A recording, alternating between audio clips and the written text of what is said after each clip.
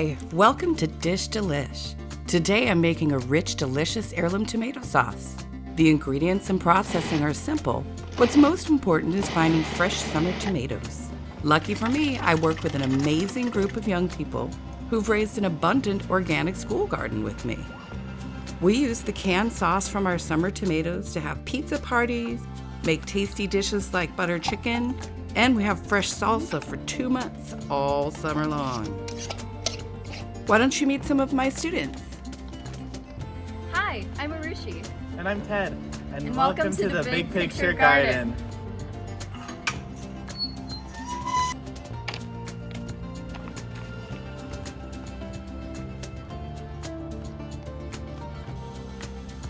Wow, look at this amazing tomato. You can tell that when it's ripe when you squish it.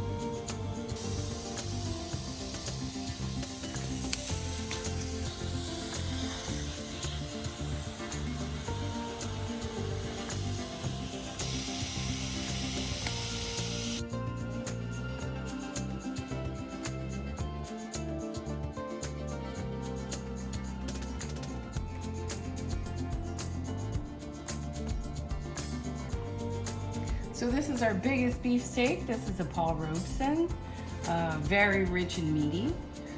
We also have a Northern Lights, which can get really big as well. This one's quite a bit sweeter than the Paul Robeson. And then we have our Blue Beauty. This one is grown pretty much just because it's beautiful, but it also has a really nice flavor and a very firm texture. It will stay firm for a long time. And then let's talk about our cherry tomatoes we're using today. This is a Sun Gold, a Northwest Heirloom Classic. Everyone grows it here, everyone loves it.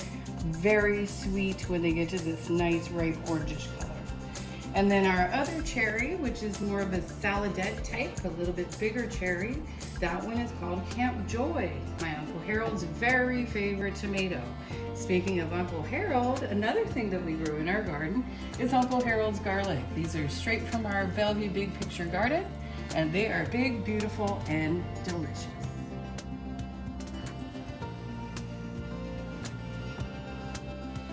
The only 3 ingredients we'll be using in our sauce today that we didn't grow by hand is a little extra virgin olive oil, some kosher salt, and 1 sweet onion.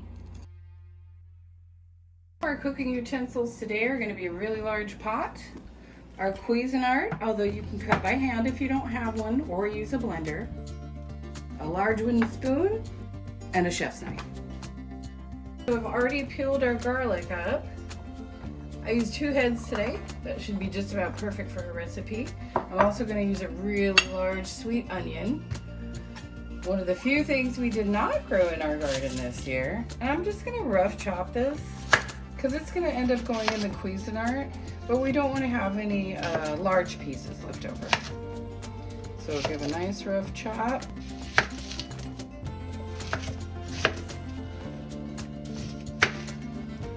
If you have an outer skin that needs to come off, pull it off.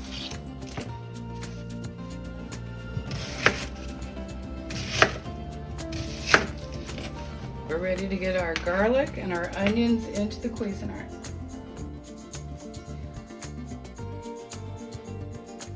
That's about 2 heads of garlic, all nice and fresh garlic from the garden.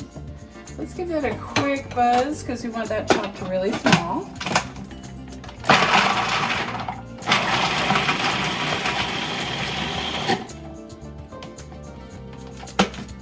You can see that our garlic is chopped pretty fine. Let's get our onion going in there. 1 large sweet onion. And giving that a rough chop. Let's get the onion chopped. You're going to use the pulp because we don't want it browned yet. We want it finely chopped. Looks good to me. Do not over pulse. That's the consistency we're looking for. If there's a few big chunks, we can fish those out and take care of it later. We're going to cook on a medium heat. We're going to add some extra virgin olive oil, about 2 tablespoons full. And we're coating the bottom of the pan. We've got a little oil warming in the pan. We're gonna add all of our onion and garlic mixture.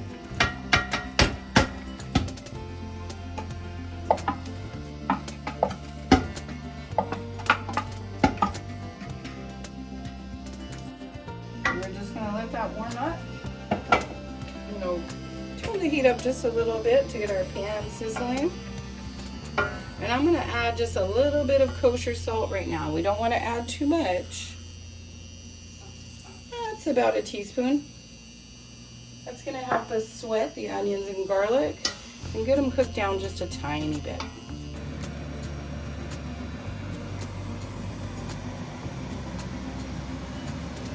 Our garlic and onions have been simmering for just about 4 or 5 minutes on a medium, up to a medium-high heat, with just that little bit of salt and olive oil, and it's about ready to put our tomatoes in.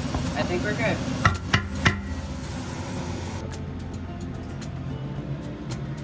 We're gonna start breaking down some tomatoes. This is a pile of Paul Robesons. Now look at the bottom of these tomatoes. You'll see that there's some scabbing. Just cut that out. It's not uncommon for a beefcake to have some scabbing or scars. Just cut that out. And then we're going to cut the stem out. And then just like the onion, we want to break the tomato down just a little bit so we don't have big chunks left in our Cuisinart. So just like that is fine. These are soft, juicy tomatoes, so they will break down great. So these Paul Robesons are going to go right into the Cuisinart. And I'll start breaking down a few more. This is a nice blue beauty. Let's do the same thing. Make sure we get that core out, that stem. Just the tip of it. Oh, and just very little on this one. We'll get that, just that tip off. We don't want any toughness in our sauce. And that blue beauty goes right into the Cuisinart. This one is a Northern Lights. You guys are gonna love this one. Oh, look, we have a little damage there. Get that right out, no problem. And a little bit of scabbing on the bottom. Take that off. And wait till you see the colors in here. Oh, beautiful. That's why they call it Northern Lights. And it grows really well up here in the Pacific Northwest for a very sweet, large beefsteak.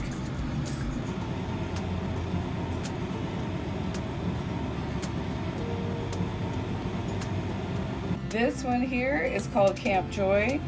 Very sweet, but it also has a really nice, rich tomatoey tang. We love that. I'm going to grab a couple of these very, very sweet Sun Golds. You can see the difference in color. This one is kind of a tangerine orange and absolutely delicious. Now I'm cutting up these Sun Golds and these Camp Joys, but you don't need to. They're just cherries. They'll bust right up in the Cuisinart for us. We've got that Cuisinart full of all different types of tomatoes. Now a lot of people will tell you to core, seed, and peel your tomatoes. We never do that. There's a lot of fiber and nutrients in those seeds and in that skin. And so we blend the whole thing up. It takes a little bit of extra time to reduce your sauce, but I think it's worth it in the end. We're gonna pulse these.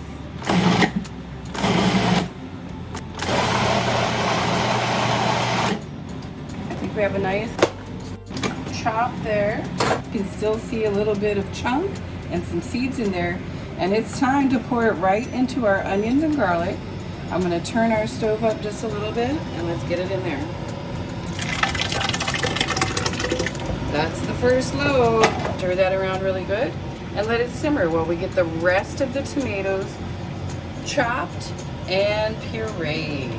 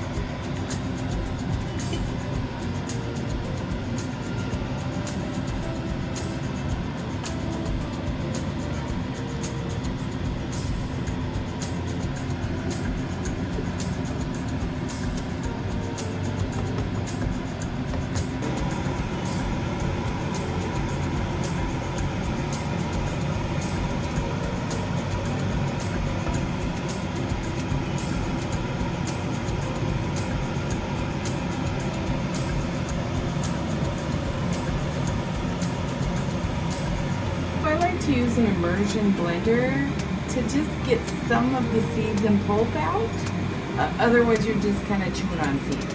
So let's unlock it.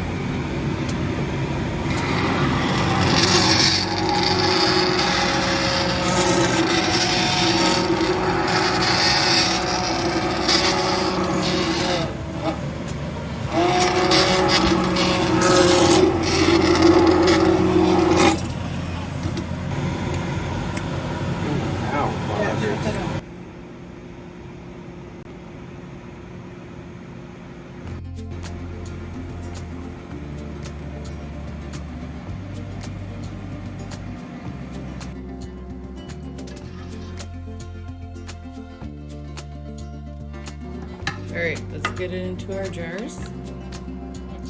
Perfect.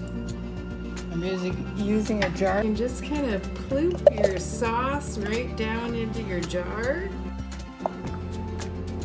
Yeah, you want to get right up to that level line because that's meant so that you have a little extra space.